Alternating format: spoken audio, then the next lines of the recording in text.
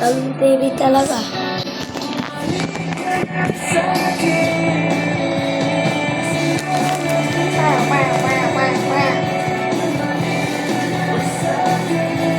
Ayusin mo yung BTC na yan.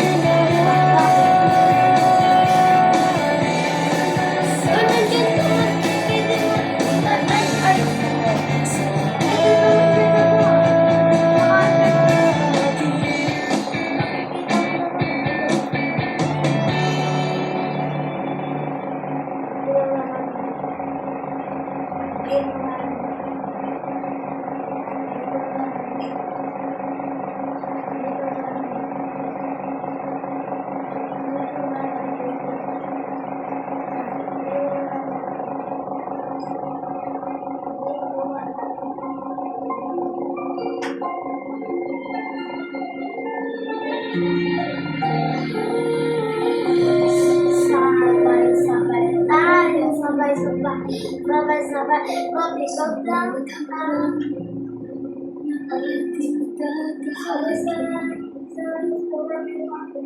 Iwanan na sa puso'y Tayo, sa bawat umaga. Pag-asa'y dala hanggang sa pagtanda. bawat Kahit minsan tayo naliligaw, may pagmamahal na gumagabay. Sabay-sabay tayo sa iisang hawin, mananampalataya sa puso'y namumuhay. Sabay-sabay tayo, walang maiiwan sa mundo nating mahal. Tayo'y magtutulungan.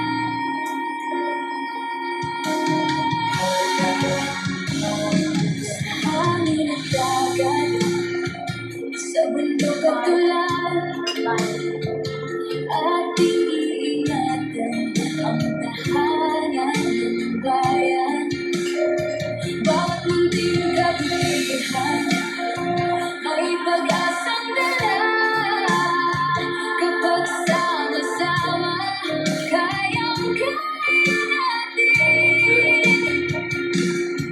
At kahit minsan tayo'y naliligaw, may pagmamahal na gumagabay. Sabay-sabay tayo sa isang tayo, sabay-sabay tayo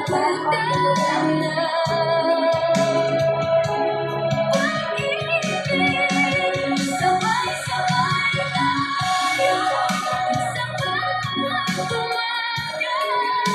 Pag-asa'y sisigaw, kasama ka.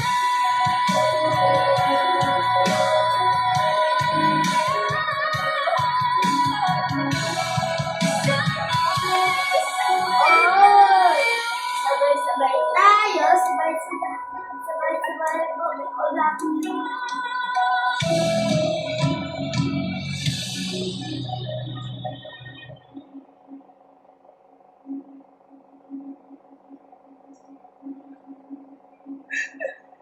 Noong nakaraan, biglang nasira ang tubo sa bahay at bilangan ko ng pera agad. Pwede na lang, pero mabilis cash, pwede na makiram hanggang 90,000. At pwede itong bayaran ng hanggang 10 installments. There's yung pressure. May promo pa sila.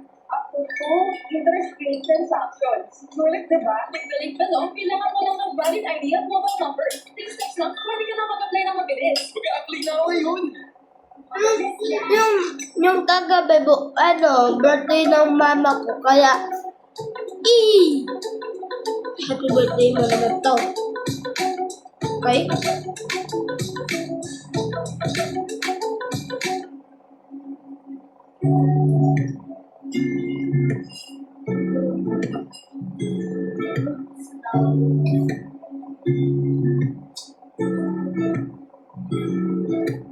Paano na lang? Paano na lang? Paano na lang? Paano na lang? Paano na lang? Paano na lang?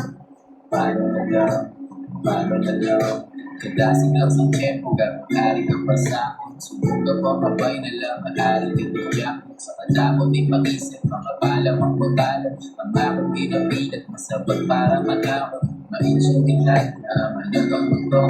Ang akong gandang sugan, subukan ka mo. Kung paano ka rin naglaro ay pumabalo. Kaya masyado lang pagdasig sa mga natago. So kung paano na lang, permig mo ang pamangko. Paano na lang, mga gusto ng mamalang ko. Paano na lang, paano na lang. Kung ibigin mo kundi sulat sa aking ganda. Gugulbi lang ng unos sa mata mo at yung tsansa. Para sino ang istorya dahil ito lakas na. So kung paano na lang, isang matubas na. Ikaw lang ang nalaman, minsan rin mabakas lang. Lakalang ko, maigo daw ng ilagan. Mga yung bukid ang pinakalalulawan. Buhay ka pa ng gang, hindi ko maligawan. Termi ko lang gagawin sa ranya. Paano na lang to, ang mga nasulat ko. Di ba ang balmo, harap ka lang sa tubad ko. Napamangkot mo kasama kong makamulat ko. Pero maagong di ka na lang nagwag ko. Paano na lang to, ang mga nasulat ko. Di ba ang balmo, harap ka lang sa tubad ko. Paano na lang to, ang mga plano gagawa. Hindi ka mag-islan, hindi maikumpara ko. Paano na lang to, ang mga nasulat ko. Di ba ang balmo, harap ka lang sa tubad ko. Napamangkot mo kasama kong makamulat ko. Pero maagong di ka na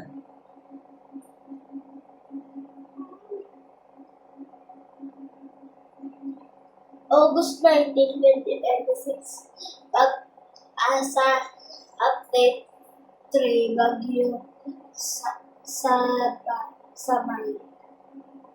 Sabay-sabay tayo, sabay-sabay. Bagyong Open at Bagyong Neneng posibleng magsama o magsabay sa loob ng Philippine Area of Responsibility kasabay na pinalakas ng habagat. Luzon area, magiging critical ang panahon sa mga susunod na araw at direksyon ng mga bagyo saan ba tatama. Magandang araw Pilipinas! Ngayong araw ng Miyerkules, August 19, 2026, isang napakahalagang pagbabago sa ating weather situation ang dapat nating tutukan. Dahil ngayong araw, 3 tropical system ang nasa ating weather monitoring picture at bagamat magkakaiba ang kanilang lokasyon at direksyon, may isang bagay na pare-pareho. Lahat sila ay maaring makaapekto sa magiging galaw ng panahon sa ating rehiyon o dito sa ating bansa. Sa ilagang silangan ng Luzon, naroon ang Tropical Depression Neneng na patuloy na kumikilos sa pakanluran sa karagatan ng silangan ng Batanes.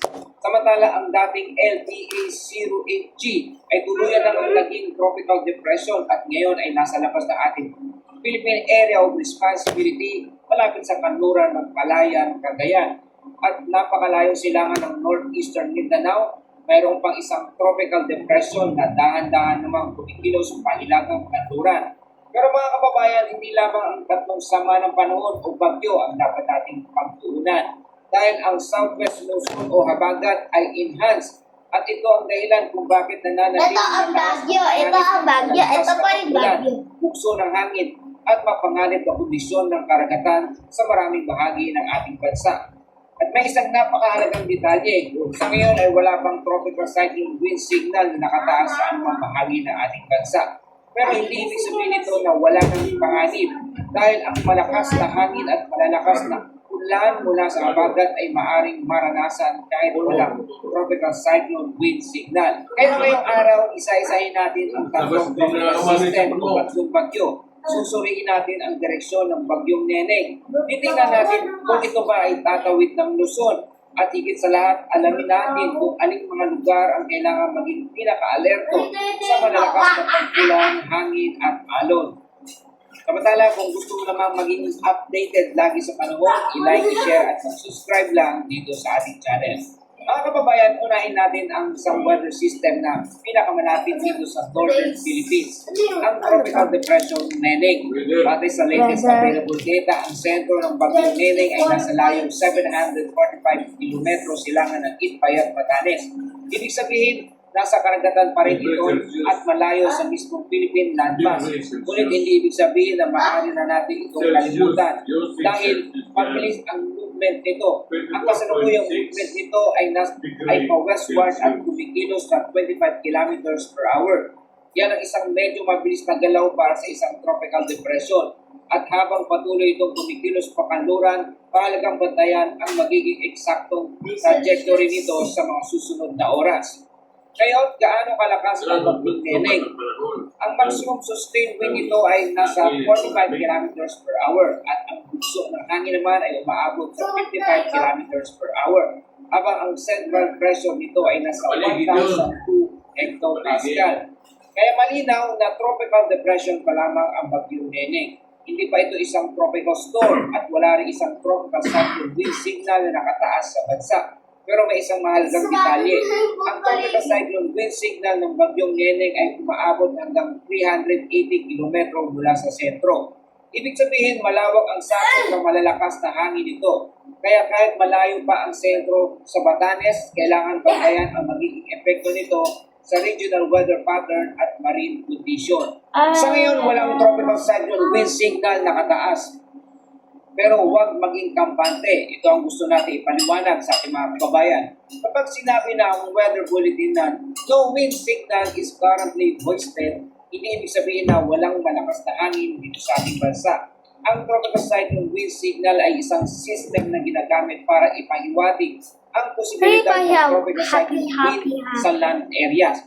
Ngunit ang habagat ay ibang weather phenomenon. Kaya posible na walang tropical cyclone wind signal, ngunit makakaranas pa rin ng malalakas na pagbugso ng hangin, rough seas, monsoon rains, thunderstorms at localized flooding. At ito mismo ang sitwasyon ngayon. Ngayon, saan patungo ang bagyong Neneng? Ayon sa kasalukuyang outlook, ang bagyong Neneng ay magpapatuloy sa pangkalahatang west-northwestward movement. At ang kasalukuyang projection nito ay posibleng makarating malapit sa Taiwan sa darating na Huwebes, August 20. Mas mababa ang posibilidad na direktang paglandfall ito sa ating Philippine landmass.